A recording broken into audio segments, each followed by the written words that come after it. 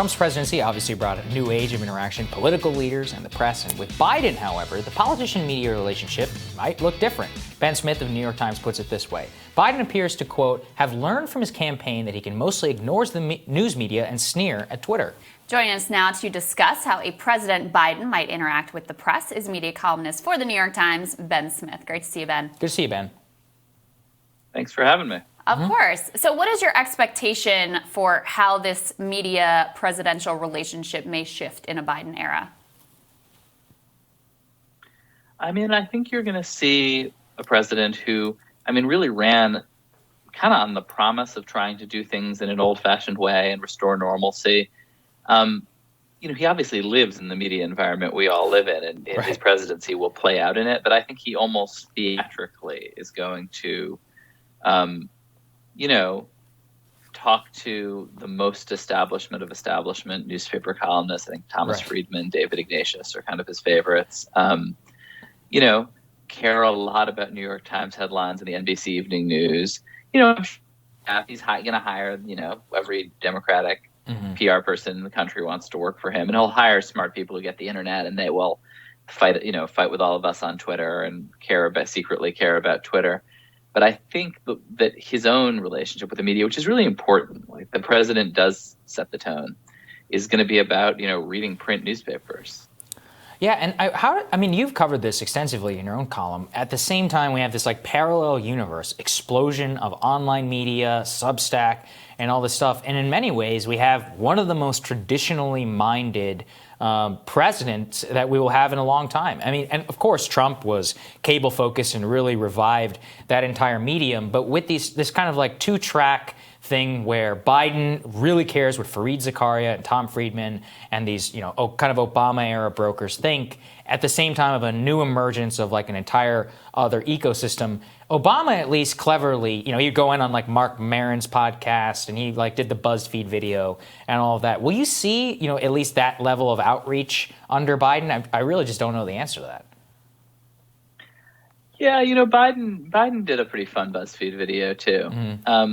And if I recall correctly, and Biden was always game to do whatever. When he was the vice president, he kind of did whatever his staff told him as far as the internet. It wasn't his thing, but his staff sort of very cleverly realized that Onion Joe Biden was the best thing they had going for them, but they just needed to upgrade it a little. So instead of kind of fighting the image of him shirtless, washing his Trans Am, they posed him with a shirt, washing a Corvette, let's just I remember. Tweak this a little, and I'm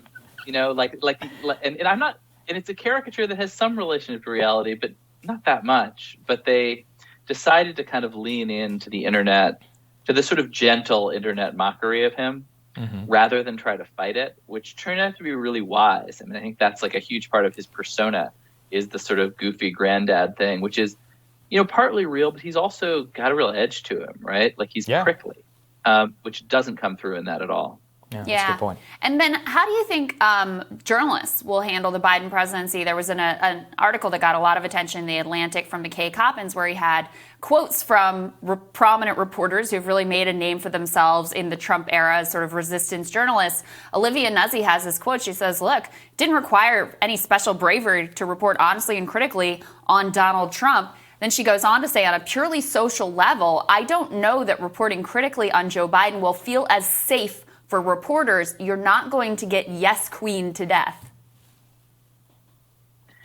Yeah, I'm not sure people's personal safety is really in play here on either side of this. There are reporters in countries putting their lives at risk every day, and this is not really one of them. And so I think, if we're talking about whether people are going to be nice to you or mean to you on Twitter, right, I think liberals aren't going to have a big appetite for investigations of Joe Biden's, the sort of typical corporate revolving door stuff that we're seeing with the Biden administration.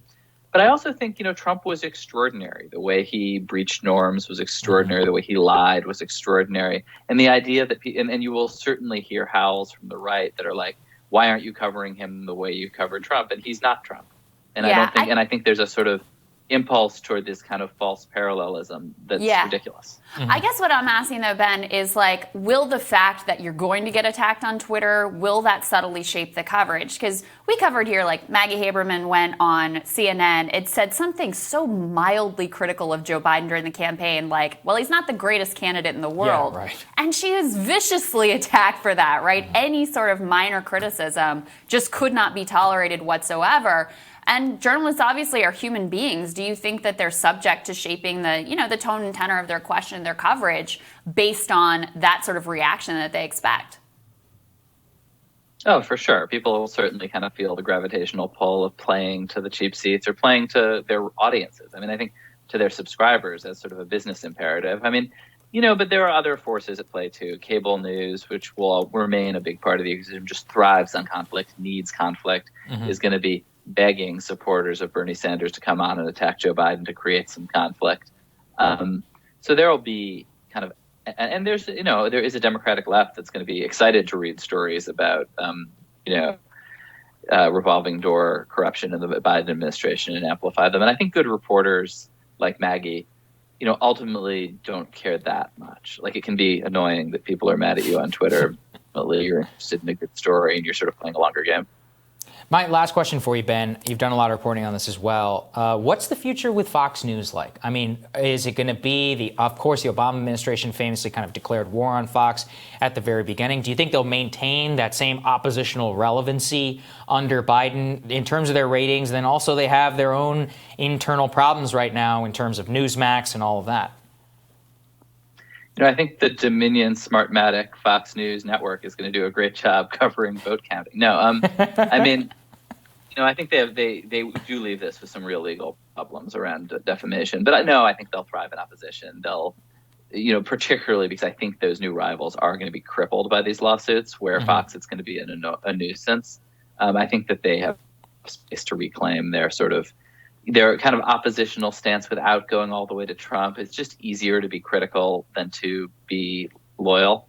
And so I think a lot of the sort of loyalty test stuff with Trumpism will dissolve and they can just attack Joe Biden all day. I mean, I do think will be true as long as Rupert Murdoch is alive. And when control passes to his kids, it's a little less clear what happens. I mean, I think probably ultimately it's sold to people who want to maintain this business model. But I don't think James Murdoch and his daughters have a huge appetite for continuing to do this. Interesting. That's going to be fascinating. And actually, I do want to ask you about the other side, because you mentioned that you think MSNBC and CNN, they'll be delighted to bring on Bernie Sanders supporters to create that conflict with inner Democratic Party drama.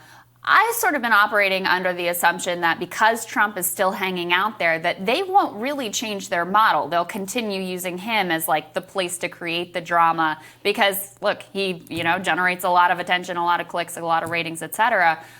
Is your assumption, that they'll continue that model and they'll add in the Democratic Party drama, or what do you think that that's going to look like for them?